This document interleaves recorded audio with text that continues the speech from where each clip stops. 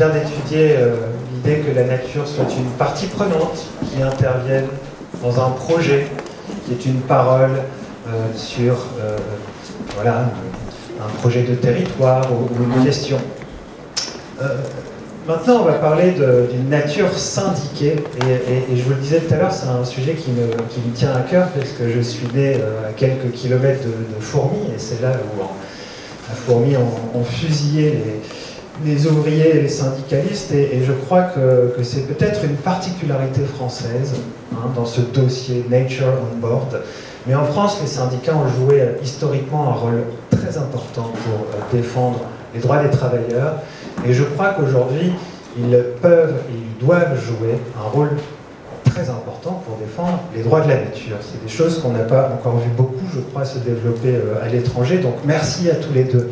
Anne, tu es cofondatrice du Printemps écologique, qui est un éco-syndicat tout jeune. Et puis, Mickaël, alors tu m'as donné un titre à rallonge, donc tu viens de la CFDT, de la F3C, et à ce titre, tu es cofondateur, je t'embête, cofondateur, c'est important de le dire, de Sentinelle Verte, qui est aussi une version CFDT des éco-syndicats, de l'éco-syndicalisme. Alors, je commence directement par une question à tous les deux, vous l'avez compris, 20 minutes, c'est court, donc si vous voulez des questions en liste, il faut faire des réponses courtes, mais là, je vous la pose à tous les deux.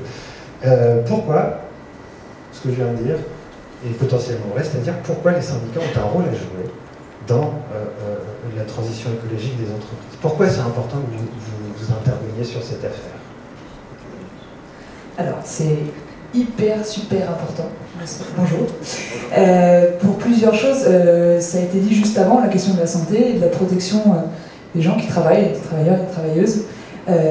L'espace de travail va être un espace soumis au changement climatique, va être soumis à énormément de contraintes, de plus en plus de contraintes, à la fois sociales, on le voit avec le recul par exemple des droits fondamentaux des travailleurs et des travailleuses, mais aussi par rapport aux canicules, à tout ce qui nous arrive dessus et qui va impacter fortement nos conditions de travail. Donc, la première, c'est effectivement la santé. La deuxième, c'est parce que les syndicats sont des organisations politiques avec un projet politique de société extrêmement important. Souvent, on se dit qu'ils sont en perte de vitesse ou qu'ils sont... en fait, ils regroupent beaucoup plus de gens que, par exemple, les partis politiques. En nombre d'adhérents, ça on l'oublie régulièrement. Donc, c'est des forces de mobilisation, c'est des forces qui peuvent faire bouger les choses dans la société. Et donc, c'est hyper important que ces organisations-là s'engagent dans une transformation écologique de nos modèles. Mickaël, est-ce que tu es d'accord déjà? Oui, heureusement qu'on est d'accord avec Anne, bien sûr. Je dirais que le syndicaliste est un mammifère comme d'autres, donc il est aussi très concerné par le fait qu'il doit respirer, avoir de la chaleur et avoir de l'eau. Il y a plus qu'un rôle à jouer, il y a une responsabilité, puisqu'on est les seules organisations pour agir à l'intérieur. Et donc de ce fait, on peut faire le lien avec la société civile. De ce fait, et on le voit là, toutes les passerelles qui sont en train de se tisser depuis le début de ce colloque, lorsqu'on parle d'entreprise à mission, lorsqu'on parle des parties prenantes, etc. Les organisations syndicales, elles sont les seules à pouvoir agir à l'intérieur avec les salariés. Et on ne peut pas imaginer une transition écologique qui soit injuste. Donc il faut que la transition écologique, elle ait toute cette dimension de justice sociale. Et je rajouterais aussi qu'on a une responsabilité parce qu'on a aussi des pouvoirs d'agir dans l'entreprise. On a des représentations de salariés, on a des CSE, comité social économique, on a des prérogatives également syndicales qui nous permettent également d'agir avec les salariés. Donc responsabilité oui et rôle oui. Donc vous êtes déjà un contre-pouvoir en place finalement au sein de l'entreprise, et la question qui se pose alors aujourd'hui, et on en discutera dans quelques minutes Anne, c'est est-ce que ce contre-pouvoir qui est historiquement représentant des salariés peut représenter la nature? On va partir du principe que oui, la réponse est positive, et j'ai une question, alors je ne sais pas trop à qui la poser, peut-être à Anne pour commencer, mais si du coup vous prenez le sujet nature en charge, de quelle nature on parle? Est-ce qu'on parle, pour ma métaphore habituelle, du poireau, du système, des 9 limites planétaires? Enfin, c'est quoi la nature pour vous autres éco-syndicalistes? Peut-être déjà parler de la question de la notion d'éco-syndicalisme. C'est un terme qui arrive dans les forêts amazoniennes où des travailleurs en fait, vivaient de l'exploitation du caoutchouc et ont commencé à être menacés dans leur travail par l'exploitation de la forêt amazonienne. Et en fait, ils se sont rendus compte que s'ils voulaient garder leur travail et leurs moyens de subsistance, il fallait se battre pour la forêt. Et en fait, finalement, en se battant pour la forêt, pour maintenir les arbres qui produisaient le caoutchouc pour eux, ils se sont rendus compte qu'en fait, ils se battaient pour l'humanité. Et c'est une phrase très belle de Chico Mendes qui dit ça, je pensais que je me battais pour les arbres, ensuite pour les gens, et en fait, non, c'est pour tout le monde et dans ce sens de l'écosystème. Donc comme tu le dis très bien, on est le syndicalisme et tous les autres, ceux qui ne sont pas encore syndicalistes aussi, sont des mammifères. Et donc il y a cette notion très précise de dire nous sommes partie de cet écosystème et quand on se défend, ou quand on défend un poireau ou un arbre, on se défend nous-mêmes en fait, également. Et en fait c'est important de recentrer ça parce que souvent la question de la nature, on la voit de l'extérieur et on se dit la nature, de toute façon elle survivra après nous, etc. Mais c'est pas le sujet. Le sujet, c'est de se défendre nous en tant que société et en tant qu'humanité.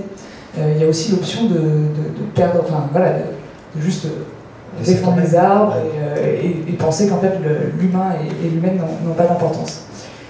Michael, tu as un complément à apporter ou peut-être que pour un complément, une question pour tous les deux, si je comprends bien, en fond, vous ne prenez pas le sujet nature sous un angle philosophique ou très théorique, et peut-être on peut avancer dans ce questionnement en disant mais c'est quoi concrètement les sujets qui sont discutés, négociés, et notamment dans le cadre du dialogue social environnemental, qui depuis la loi, je ne sais plus quoi, est une... On parle beaucoup de RSE. Les entreprises parlent de RSE et il y a une trentaine d'années on parlait de développement durable. Une des problématiques, c'est que la RSE n'est pas un objet de dialogue social, ou très peu. Donc déjà, je parlais de contre-pouvoir, France, la RSE doit être un objet de dialogue social avec les salariés et avec leurs représentants. Dans la RSE, en fait, c'est tout un tas d'indicateurs qui montrent notamment les impacts négatifs que peut avoir l'activité d'entreprise sur l'environnement.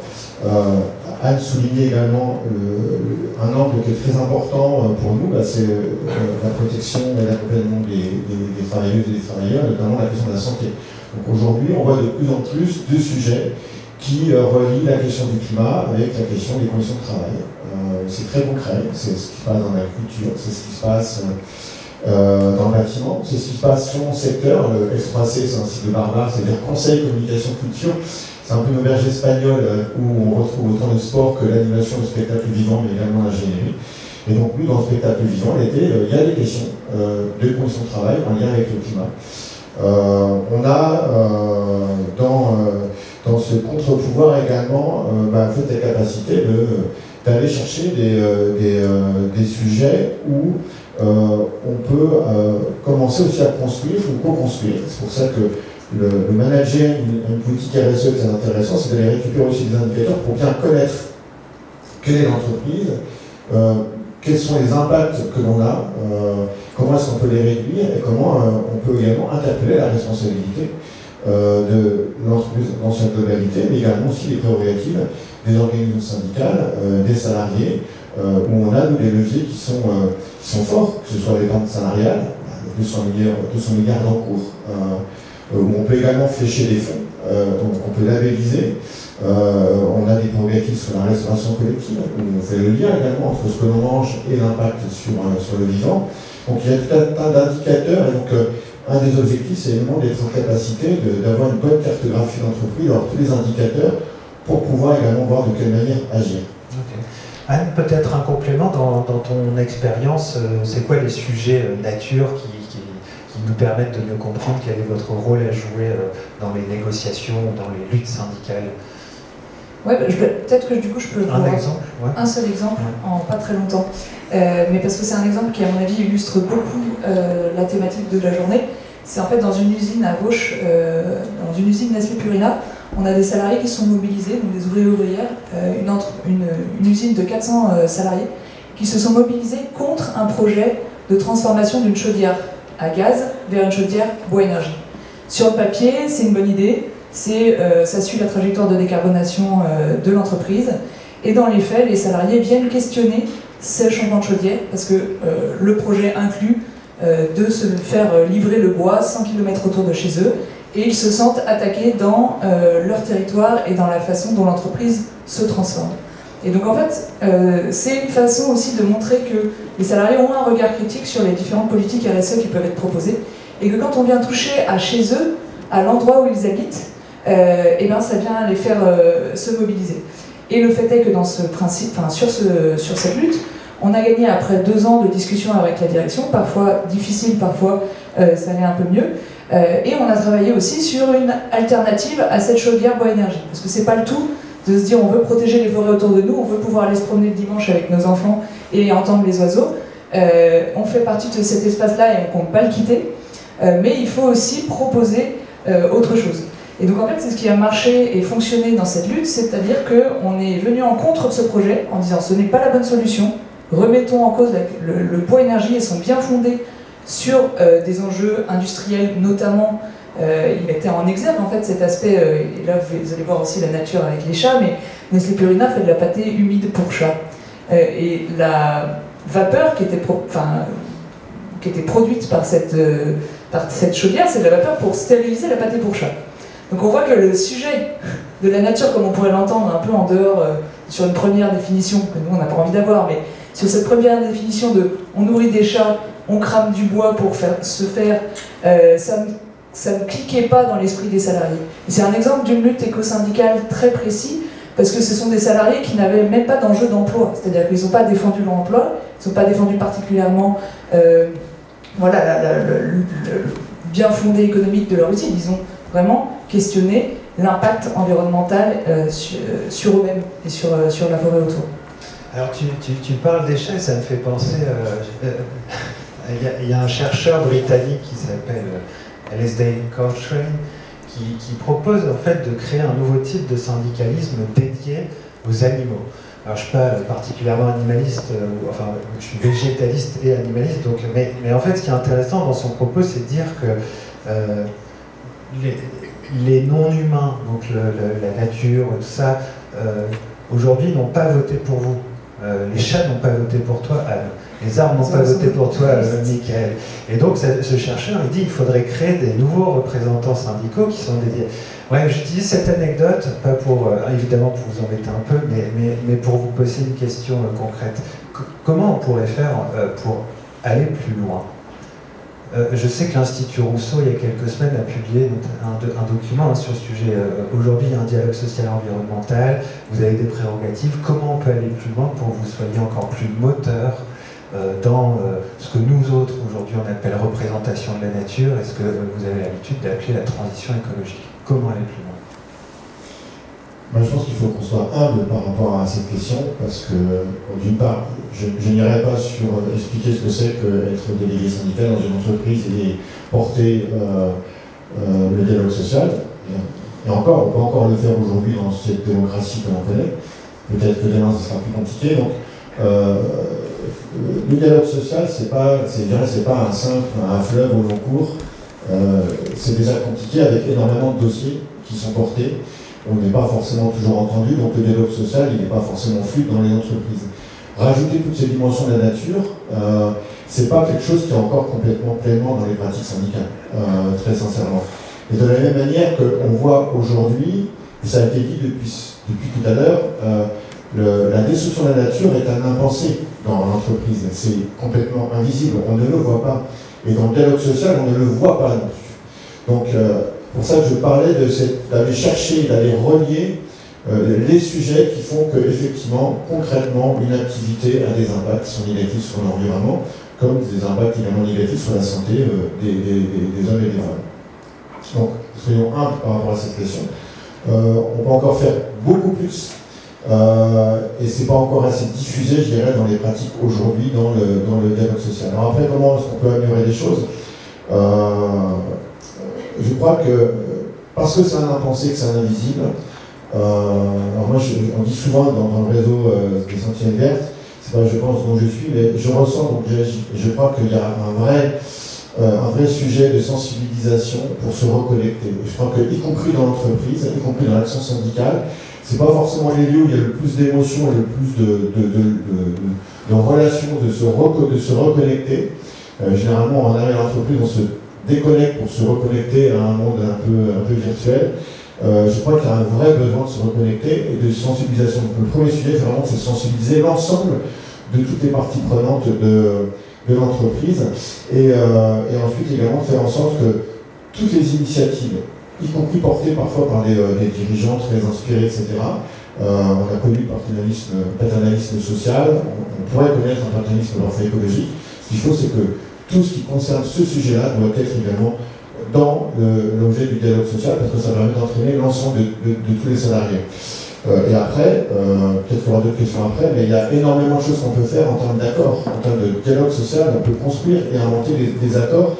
On a la chance dans l'entreprise de pouvoir faire ce que l'on veut, à condition que l'autre soit d'accord. Donc, souvent, c'est pas si simple. Il faut trouver un compromis. Parfois même, on n'arrive même pas à pouvoir trouver un compromis sur des accords pourtant obligatoires, ne serait-ce que sur la rémunération, etc. Mais dans l'absolu, avec des bonnes volontés, et peut-être aussi avec des aides de l'extérieur, on parlait des comités de mission, on peut effectivement tout inventer. Et lorsque je prends un concept puissant comme la perma-entreprise, on peut très bien décliner comme ça des concepts et des leviers puissants pour les transformer sous forme d'accords qui permettent d'entraîner et d'embarquer toute entreprise avec toutes les parties prenantes. Ouais, ça c'est un point important, c'est vrai qu'il y a une table ronde tout à l'heure sur le droit et c'est vrai que le dialogue social est créateur de droit. Donc on peut créer au fond un droit de la nature propre à l'entreprise. Je vais quand même reprendre la question qui me taraudait, c'est comment aller plus loin et je vais la reformuler autrement. Moi tu le sais Anne, je me pose souvent la question au fond, est-ce qu'on peut à la fois représenter les humains salariés et puis les non-humains, est-ce qu'on peut, ce que je disais tout à l'heure, être à la fois élu par des humains salariés et représenter les chats et les arts. Et donc, par rapport à cette problématique, comment on fait pour représenter les deux? Comment on pourrait faire évoluer le dialogue social pour mieux représenter par-delà l'humain? C'est quoi ta position? Alors c'est très large, j'avais envie de faire une blague on va mettre des chats partout dans les espaces de travail et puis ça va être comme ça. Il y a aussi cette façon de se reconnecter. Moi je suis pour cette mesure, mais outre mon amour pour les chats, c'est une question difficile parce qu'effectivement, comme tu le dis, l'entreprise c'est hyper aseptisé, c'est très en dehors. Dans le cas de Nestlé Purina, les chats c'est même pas les clients finaux, c'est-à-dire qu'en fait, il faut voir aussi la question de ce qui est dans la pâtée, c'est vraiment pour rendre presque les chats addicts d'une certaine façon. Donc il y a tout un sujet de qu'est-ce qu'on produit aussi à destination de ces mangeurs finaux. Donc c'est à la fois dans ce qu'on produit, dans également comment on le produit. Je pense au sujet des abattoirs, par exemple, je pense à énormément de choses qui sont en fait des espaces de production qui exploitent ou qui utilisent des animaux et des non-humains. Donc il y a cette partie-là. Après, très pratico-pratique, moi je pense que les premiers êtres vivants aujourd'hui, c'est les humains et comment est-ce que en fait, en faisant en sorte qu'ils soient mieux, que l'entreprise soit plus d'une certaine façon flexible à la fois vis-à-vis de ce qui nous arrive, parce qu'il y a quelque chose de comment est-ce qu'on adapte les entreprises pour faire en sorte que les salariés ne soient pas obligés de venir travailler quand il fait super chaud, quand il y a une vague de pollution, quand ils sont malades, quand il y a une pandémie, comment est-ce qu'on fait en sorte qu'en fait les humains puissent être reconnectés à chez eux aussi, qu'ils ne soient pas tous les jours déconnectés dans les centres-villes. Enfin, il faut qu'on réinvente en fait toute la façon dont on vit, nos villes, nos attachements au territoire, à la façon dont on travaille, la façon dont on produit. Nous, on a une vision aussi au printemps écologique qui est très anti-productiviste, c'est-à-dire que, et on peut se permettre de l'être parce qu'on n'est pas non plus dans tous les secteurs d'activité, mais cette question de vraiment remettre en question ce qu'on consomme, les non-humains en font partie, et ce qu'on produit, et comment on le produit. Le timing m'oblige à passer aux questions-réponses et ça tombe bien parce que j'avais une question qui n'allait pas nous plaire, qui était qu'est-ce qu'en pensent les militants historiques de la métallurgie, tout ça. Mais du coup, c'est autre chose. Et on réponse. Non, j'arrête. Les questions. Oui, on va quitter la métallurgie. J'avais une question sur la tension qui existe entre la fin du mois et la fin du monde au sein des syndicats et des salariés. Quelle pédagogie conseillez-vous pour réconcilier? on a travaillé, la CDT a mis en place, est cofondatrice du pacte pouvoir de ville avec une 60aine d'organisations. Donc on a bien théorisé cette question. Nous, on voit aussi la difficulté que l'on a à aller sur l'écologie populaire. C'est un vrai sujet. Lorsqu'on parle de transition écologique juste, c'est justement parce qu'en fait, on ne peut pas avoir une trajectoire où on laisserait de côté des salariés. Il y a une vraie inquiétude sur notamment les transformations fortes de filières. On peut parler de la métallurgie, on peut parler d'automobile, de la chimie. L'idée n'est pas de pointer du doigt les bons secteurs et les mauvais secteurs, parce que derrière, il y a des salariés qui travaillent.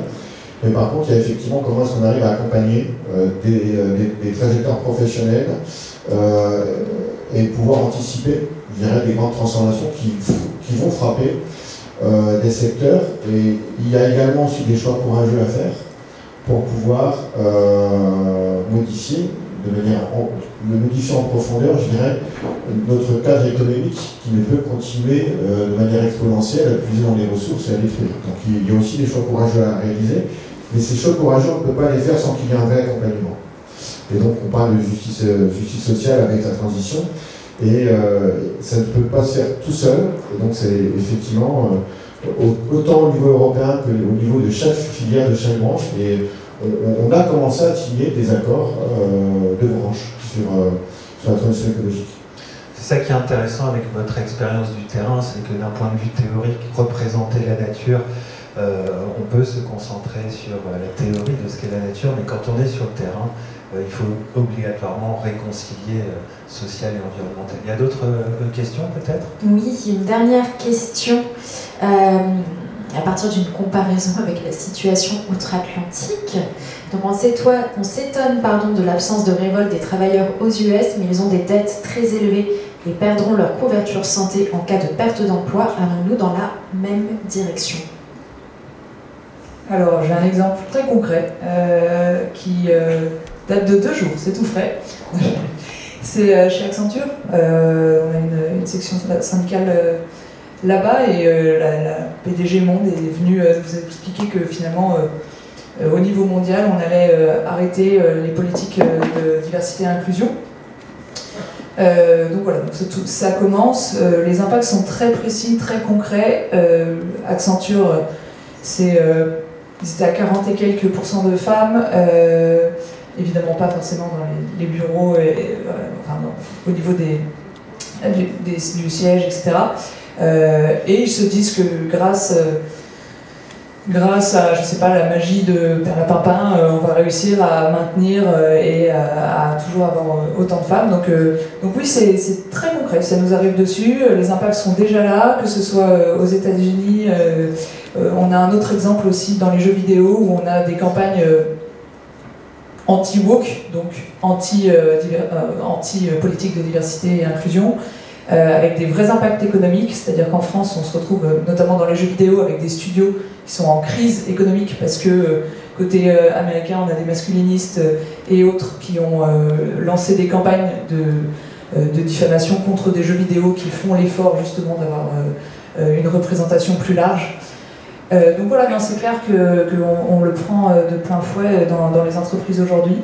Je plombe l'ambiance avec la dernière question. Finalement, non, mais on doit arrêter, mais finalement, Trump est plus présent dans le dialogue social que la nature, parfois, c'est dommage.